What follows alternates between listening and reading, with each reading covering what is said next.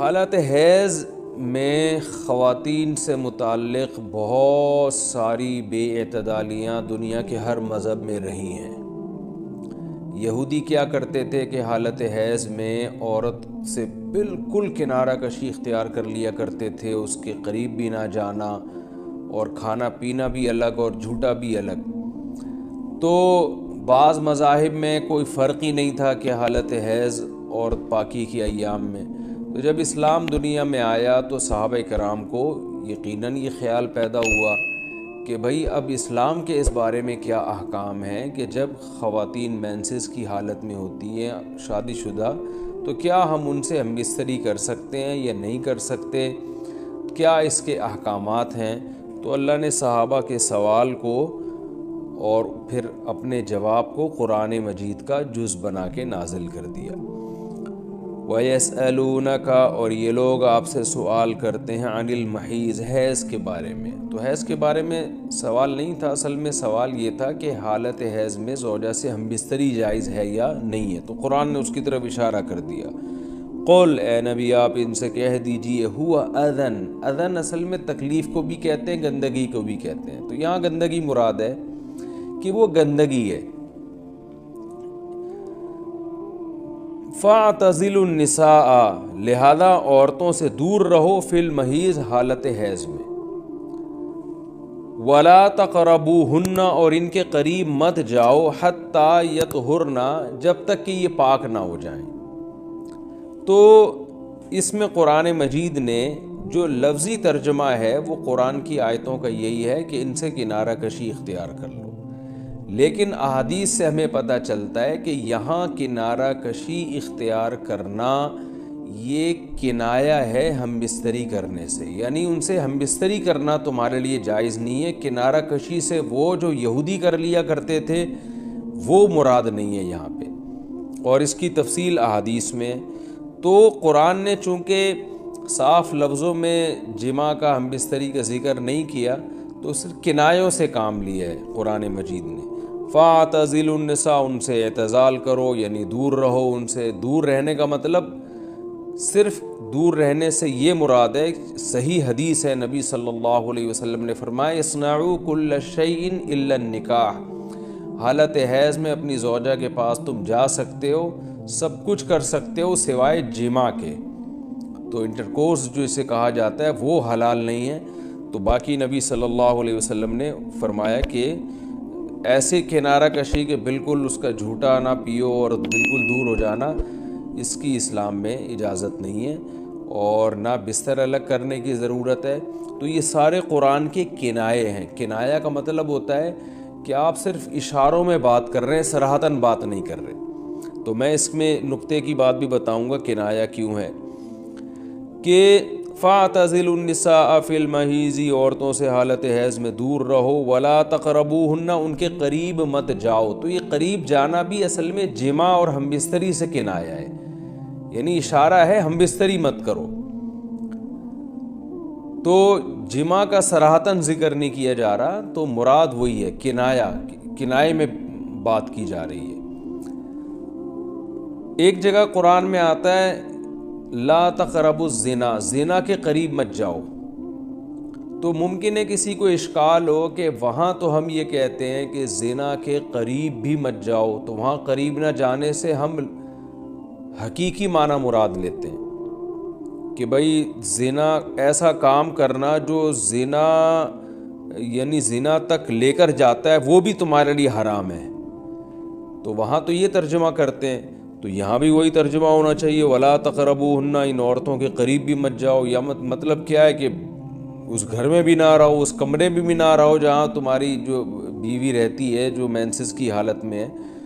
تو یاد رکھیں وہاں چونکہ زنا کا لفظ اللہ نے صراحتاً ذکر کر دیا، کنایا کی اب ضرورت نہیں ہے، لہذا وہاں لا تقربو کا مطلب لا تقربو ہی ہے، یعنی قریب مت جاؤ۔ تو زنا کے قریب مت جاؤ یہ کنایا نہیں ہے، اس کا مطلب صاف کہ زنا تو دور کی بات ہے، کوئی ایسا کام بھی نہیں کرنا جو زنا کے قریب لے کے جاتا ہے۔ لیکن یہاں اللہ نے ہم بستری کے لفظ کا صراحتاً ذکر نہیں کیا، لہذا جہاں ذکر نہیں ہوتا تو وہاں اشارتاً ذکر کیا جاتا ہے، اور اشارتاً جب ذکر کیا ہے تو یہاں لا تقربوہن، یہ قرب سے خاص قسم کا قرب مراد ہے، اس سے مطلق قرب مراد نہیں ہے کہ کسی کے بھی قریب چلے جاتے ہیں، تو یہاں خاص قسم کا قرب مراد ہے۔ وہ قرب یہی ہے کہ مکمل جمع کرنا حالت حیض میں، اس کی اجازت نہیں دی جا رہی، لیکن اللہ نے اس کو گول مول طریقے سے کنائے کے ذریعے ذکر کیا ہے۔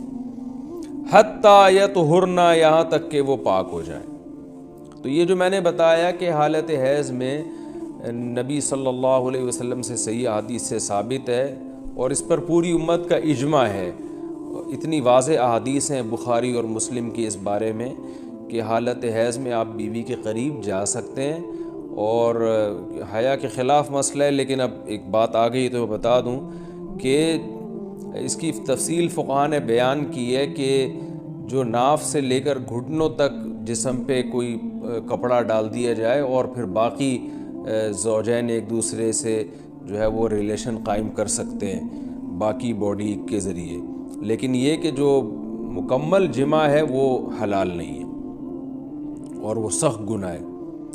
آگے اللہ نے ارشاد فرمایا فَإِذَا تَطَهَّرْنَا، پس جب وہ مکمل پاک ہو جائیں، فَأْتُوهُنَّ، تو پھر تم ان کے پاس آؤ۔ اب یہ بھی دیکھیں ان کے پاس آؤ، یہ کنایا ہے جمع سے، یہ نہیں کہ آپ کی زوجہ جو ہے وہ جب حیض سے پاک ہوئی ہے تو آپ اب اس کے پاس جا کے چائے پی سکتے ہیں، وہاں بیٹھ کے کھانا کھا سکتے ہیں، یہ مراد نہیں ہے، یہ سب کنائے اور اشارتاً قرآن بات کر رہا ہے۔ فَأْتُوهُنَّ، تو ان کے پاس آؤ، یعنی مطلب ان سے تم جمع کر سکتے ہو، جمع کرو ان سے، من حیث امرکم اللہ، ایسے جیسے اللہ نے حکم دیا ہے۔ تو اس سے پتہ چلتا ہے کہ جمع کا ایک ناجائز اور حرام طریقہ بھی ہے اور ایک جائز طریقہ بھی ہے، تو قرآن بتا رہا ہے کہ جائز طریقے سے تم جمع کر سکتے ہو، ناجائز طریقے سے جمع نہیں کر سکتے۔ وہ جائز اور ناجائز کیا ہے وہ میں انشاءاللہ بتاتا ہوں۔ ان اللہ، بے شک اللہ تعالیٰ، یحب التوابین، توبہ کرنے والوں سے بھی محبت کرتا ہے، وَيُحِبُّ الْمُتَطَهِّرِينَ، اور تطہر جو ہے نا یاد رکھیں، دیکھیں یہاں دو لفظ استعمال ہوئے ہیں، ایک استعمال ہوا ہے طہورا یطہر، حتیٰ یطہرنا، اس کا مطلب ہوتا ہے پاک ہو جانا، اور ایک ہوتا ہے تطہرنا، باب تکلف ہے، یعنی تھوڑا تکلف سے پاک ہونا، اہتمام کر کے۔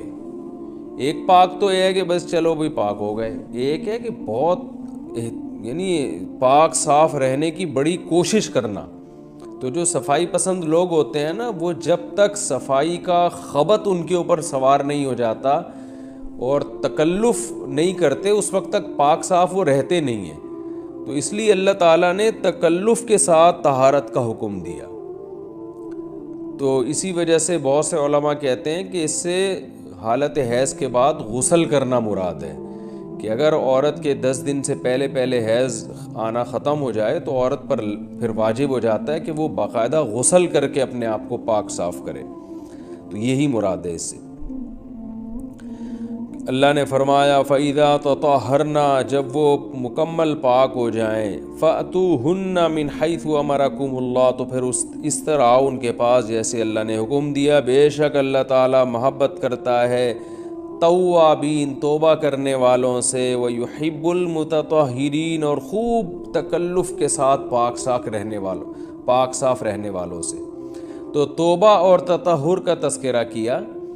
توبہ روحانی طہارت کو کہتے ہیں، اور جو تطہر ہے وہ جسمانی طہارت کو کہتے ہیں، یعنی اسلام یہ چاہتا ہے کہ آپ روحانی طور پہ بھی پاک صاف رہیں اور جسمانی طور پہ بھی۔ روحانی پاکی کیا ہے کہ اگر آپ سے کوئی گناہ ہو جاتا ہے تو رو دھو کے اللہ کو منا کے راضی کر لیں، تاکہ دل جو گندا ہوا ہے وہ بھی صحیح ہو جائے۔ اور جسمانی پاکی یہی ہے کہ جسم پہ کوئی گندگی لگی ہے تو وہ پاک ہو جائے۔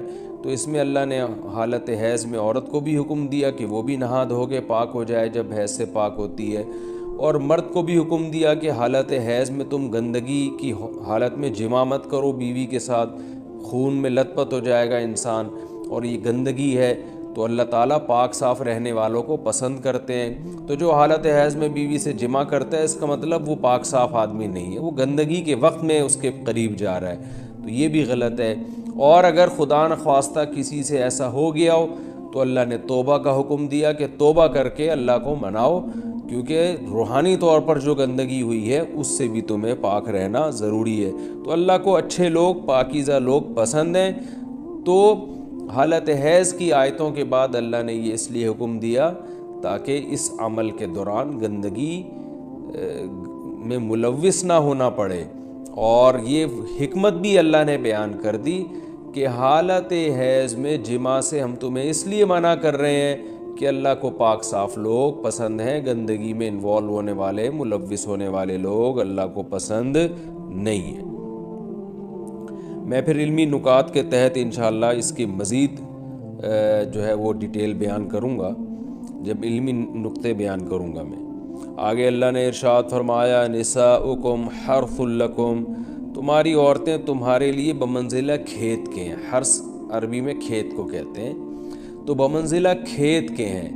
جیسے بیج ڈالا جاتا ہے کھیت میں اور اس سے پیداوار بڑھتی ہے، تو عورت کی جو ایک حیثیت ہے، نیچر نے جو اس کی ایک حیثیت متعین کی ہے، وہ بھی ایک نسل بڑھانے کا ذریعہ ہے، جس میں مرد کا جو اسپم ہے وہ بطور بیج کے ہے اور جو اولاد ہے وہ ایک پیداوار کی طرح ہے۔ تو اللہ نے یہ یاد رکھیں، اس آیت کو نا بہت سارے غیر مسلموں نے عورت کے خلاف بہت نیگیٹیوٹی پھیلائی ہے کہ دیکھو اسلام عورت کی توہین کرتا ہے، اس کو کھیتی سے تعبیر کرتا ہے۔ تو کچھ لفظ کسی اور زبان میں جب وہ جاتے ہیں نا تو وہ توہین کا معنی دیتے ہیں۔ عربی میں جو حرث کا معنی ہے یہ تعظیم کے لیے ہے، توہین کے لیے نہیں ہے۔ اردو میں جو کھیتی کا معنی ہے وہ توہین کے لیے استعمال ہوتا ہے۔ کھیتی یعنی جو پاؤں میں روندی ڈالنے والی، اور زمین جو ہے نا پاؤں میں گویا روندی، اس کو روندا جا رہا ہے۔ تو اس لیے اس کا اردو میں بالکل اسی طرح جو لوگ ترجمہ کر دیتے ہیں کہ عورتیں تمہاری کھیتیاں ہیں، تو یہ ترجمہ میرا خیال ہے اس لیے درست نہیں ہے کہ اردو میں اس کا مفہوم ہی چینج ہو جاتا ہے۔ یعنی گویا ایک عزت کے لیے جو لفظ اللہ نے استعمال کیا وہ ذلت کا ذریعہ بن جاتا ہے۔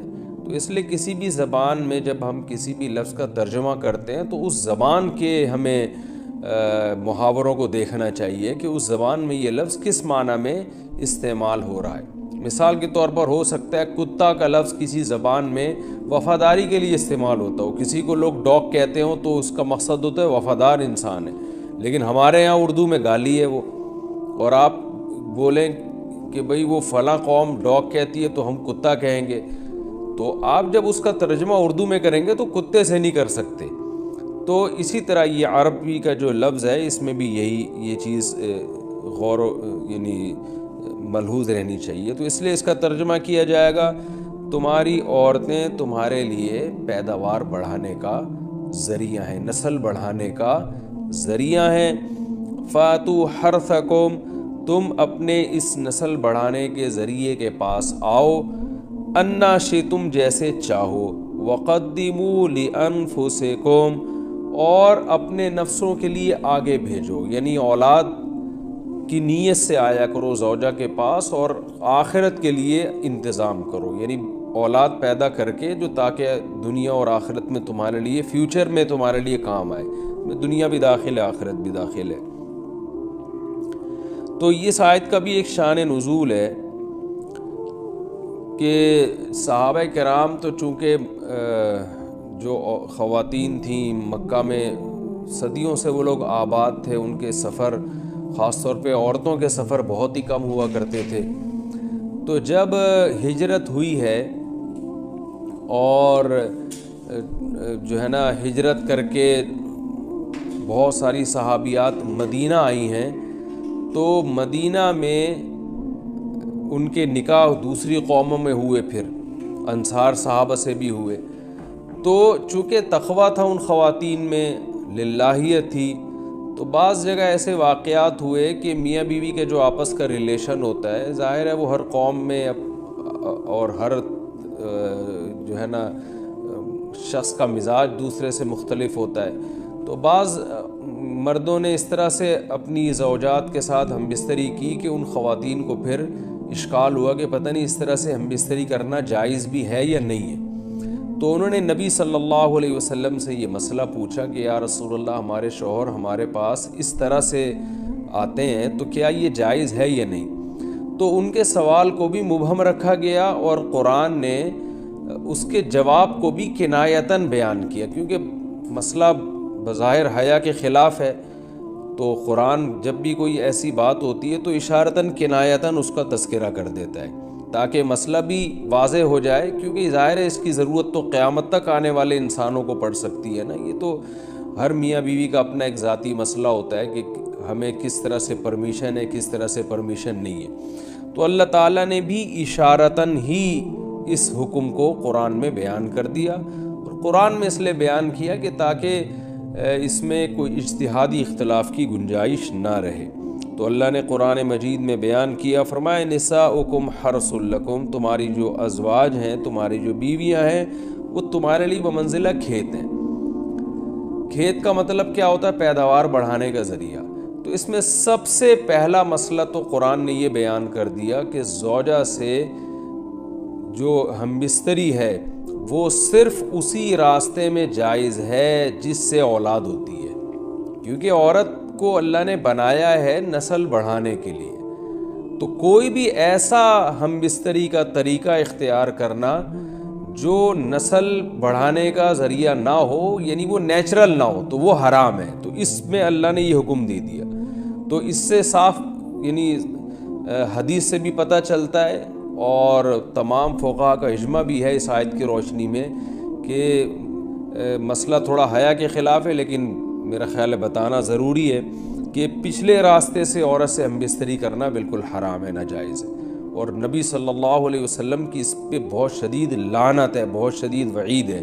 تو یہ بالکل اللیگل ہے اسلام میں کہ عورت کے پچھلے راستے سے اس سے ہم بستری کی جائے۔ جو لوگ لڑکوں سے بدفعلی کے عادی ہوتے ہیں ان کو یہ ایک چسکا لگ جاتا ہے، تو یہ حرام ہے، ناجائز ہے، کیونکہ اللہ نے بتا دیا کہ یہ تمہارے لیے بمنزلہ کھیت کے ہیں۔ تو اس میں قرآن نے وہ جو سوال تھا نا اس کی طرف اشارتاً جواب دے دیا، اور آگے فرمایا فاتو حرثکم، تم اپنے کھیت کے پاس آؤ، یعنی پیداوار بڑھانے کا جو ذریعہ ہے اس جگہ کی طرف آؤ، انا شئتم، جیسے چاہو، یعنی باقی جس طرح سے تم چاہو زوجہ سے ہم بستری کر سکتے ہو، اس میں کوئی خاص طریقہ متعین نہیں ہے۔ میاں بیوی کا ایک دوسرے سے کوئی پردہ نہیں ہے۔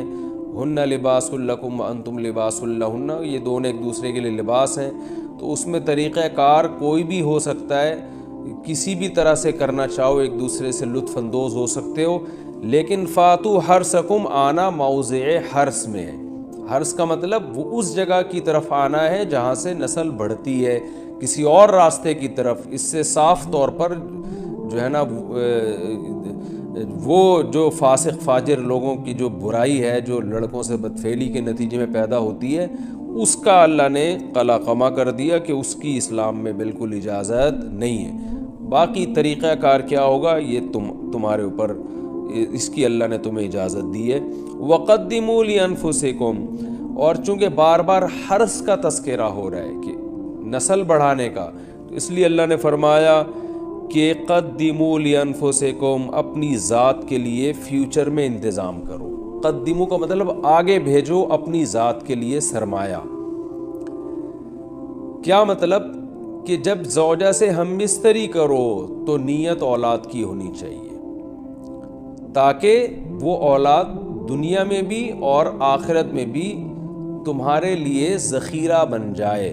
تو یہ نسل بڑھانے کی بہت زبردست ترغیب ہے اس آیت میں، اور اس آیت میں اللہ نے عورت کا کہ بہت ساری ذمہ داریوں میں سے ایک بڑی ذمہ داری کا بھی بیان بتا دیا کہ عورت کو اللہ نے بنایا ہے، جو مرد اور عورت کا جو فرق رکھا ہے نا، اس فرق کی بڑی وجہ یہی ہے کہ مرد کے اسپرم کو اللہ نے بیج کے طور پہ پیدا کیا ہے، اور عورت کو اللہ نے زمین کے طور پہ۔ تو بیج اور زمین کے ملاپ کا بنیادی مقصد ہی نسل بڑھانا، پیداوار بڑھانا ہوتا ہے، نہ یہ کہ نسل روکنا۔ آج فیملی پلاننگ والوں نے اس آیت کی دھجیاں اڑا دی ہیں، اور جو پوری دنیا میں ایک بیہودہ قسم کی تحریک چل رہی ہے، یہ آیت بالکل اس کی نفی کر رہی ہے۔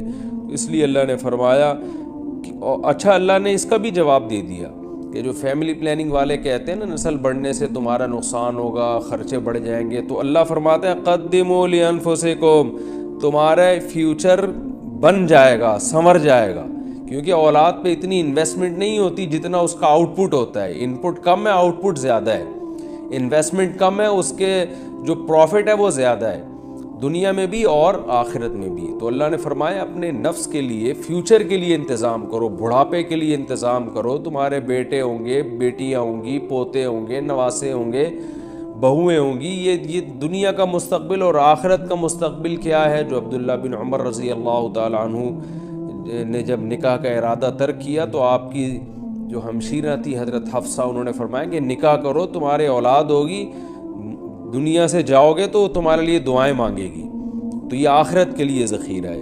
تو اس لیے اللہ نے فرمایا کہ آخرت کے لیے ذخیرہ کرو، واتقوا اللہ، اور اللہ سے ڈرو، واعلموا انکم ملاقوہ، اور